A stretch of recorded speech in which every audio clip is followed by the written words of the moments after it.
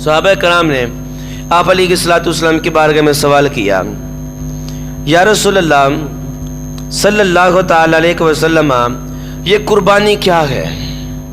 قربانی کیا ہے؟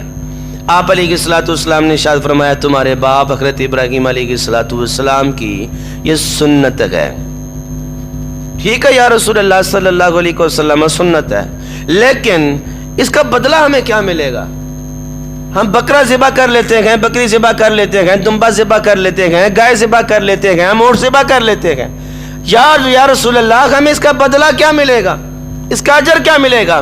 آپ علیہ الصلوۃ والسلام نے ارشاد فرمایا، آپ جو جانور قربان کریں گے نا، اللہ اس جانور کے ہر بال کے بدلہ میں تمہیں نیکی عطا فرما دے گا، نیکی عطا فرما دے گا۔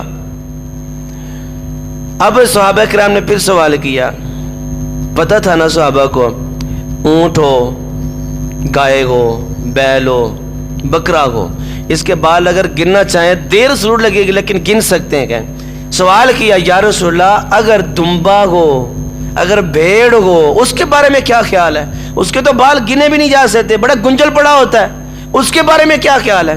آپ علیہ الصلوۃ والسلام نے ارشاد فرمایا، اس کے بھی ہر بال کے بدلے اللہ ایک نیکی عطا فرمائے گا۔ اس کے تو بال بندہ گن ہی نہیں سکتا، گنے گا، جائے گا 1000 تک، پھر بھول جائے گا، پھر شروع سے گنتی شروع کرنی پڑے گی۔ سرکار نے فرمایا، بے شک اپنا دمبا ہو، دمبی ہو، بھیڑ ہو، اللہ اس کے بھی ہر بال کے بدلے قربانی کرنے والے کے نام اعمال میں ایک نیکی لکھ دے گا۔